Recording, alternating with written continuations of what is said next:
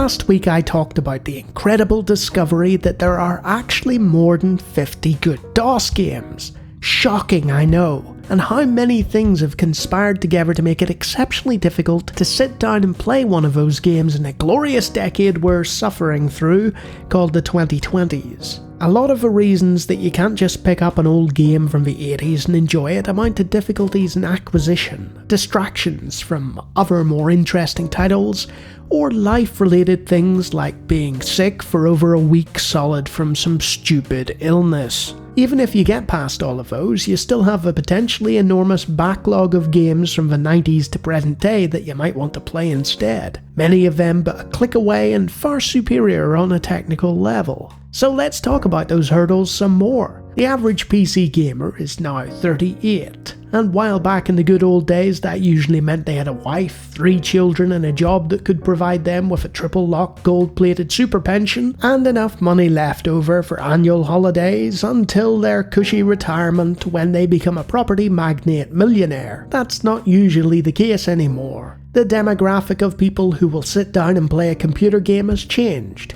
as both our society's attitude and the widespread adoption of computing has changed. It has become much more socially acceptable to not emulate our parents' or grandparents' attitudes or goals, and that's reflected in the demographics of this very channel as well. Though I should point out at this juncture that my dad played more games at his age than I did. It also represents our first hurdle: time. If you're working a full-time job and have a family to care for on top of that, the number of hours you can potentially commit to a game are going to be sorely limited.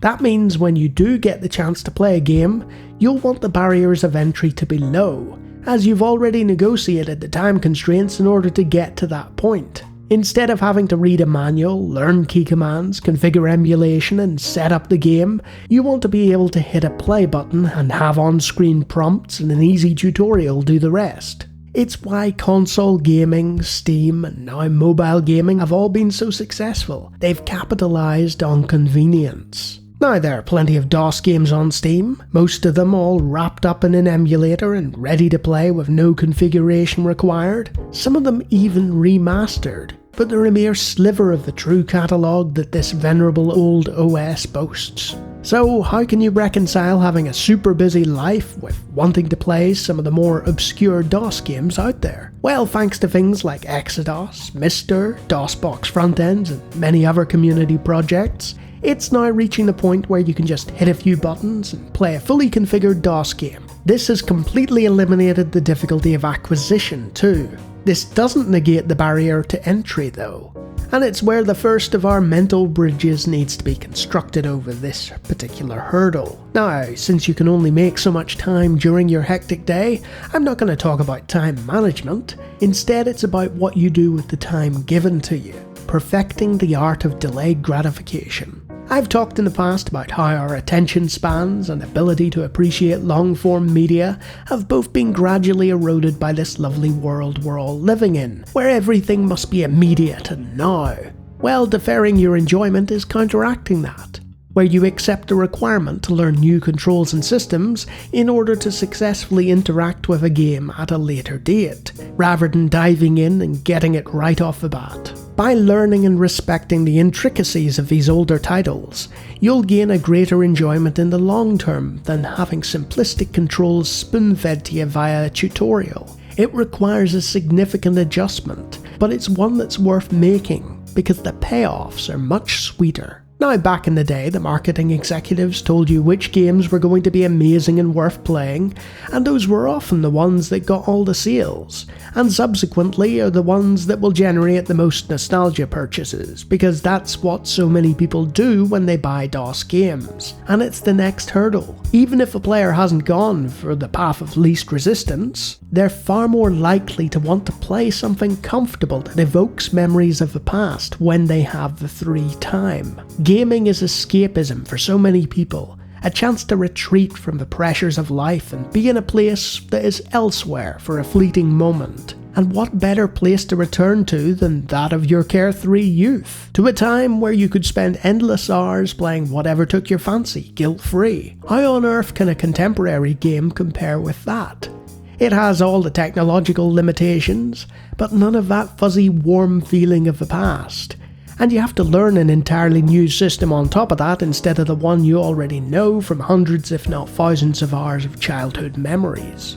But even if you somehow bypass these hurdles with delayed gratification and want to try something old that's new to you, why would you? Well, that's the beautiful thing about going back to a game from the same era.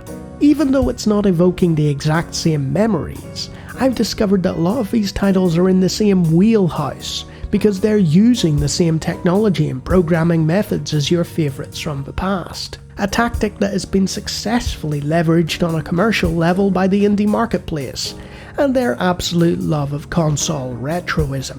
Turns out it really doesn't take much before you're happily in that hazy memory land, but with something that's actually offering you new experiences. And those new experiences are important, because without change we don't grow, and something inside of us stagnates and withers. And that also applies to our pursuit of leisure. If you always play the same clutch of games or genres, you're doing your mind a disservice. Now, this is all very well and good if your other hobbies are alternating between woodworking, skydiving, and 72 different high-speed motor pursuits, but if gaming is your bread and butter, you need more variety in content. And replaying old favourites doesn't provide the same stimulus as tackling games from the past you didn't have the opportunity to play first time around. Think of all those big box games in the store that you didn't get to play. When you boot up your machine, you're transported to a digital version of that store, and now you finally have a chance to try them all. Which brings us to our next hurdle, overchoice. It sounds like a dream scenario. You have all the games you could ever want to play for the rest of your life, ready and at your fingertips, but that's not the case. If you have thousands of DOS games, how on earth do you go about narrowing it down to just a single selection to focus on? As anyone with a Steam backlog will tell you, once you reach a certain number of games on the to-play pile, it becomes harder and harder to just pick up and play one. You become paralysed into inaction by the overchoice. This wasn't an issue back in the day because you could only afford a handful of big box titles, and your computer only had so much space on it for them. Larger hard drives and cheaper games and better delivery methods mean that these aren't a limiting factor now. The answer to this conundrum? Either construct a shortlist that you order by the amount you want to play, or pick a game from your catalogue entirely at random and see if it clicks for you. This forces you into action, because you're playing the game for fun, and not with your analytical hat on because you run a games channel. You should be able to jump in and enjoy it. If you can't, then pick another until it clicks. But why play some old game instead of some slightly less old game that does more or less the same thing but better in every way? Well, because that's a fallacious argument, that's why.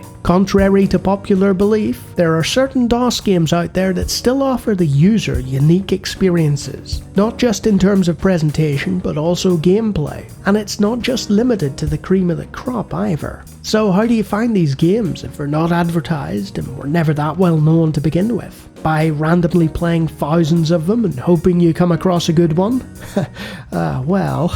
Seriously though, there are all kinds of game reviewers and content creators and online lists to help you make an informed decision. The 100 Worthwhile DOS Games list is always a good start. Or you could choose something from my own top 25 random DOS game show lists, of which there are 125 titles now. That should keep you going for a bit. So they're not scarce. It's now easier than ever to find a good one you've never played.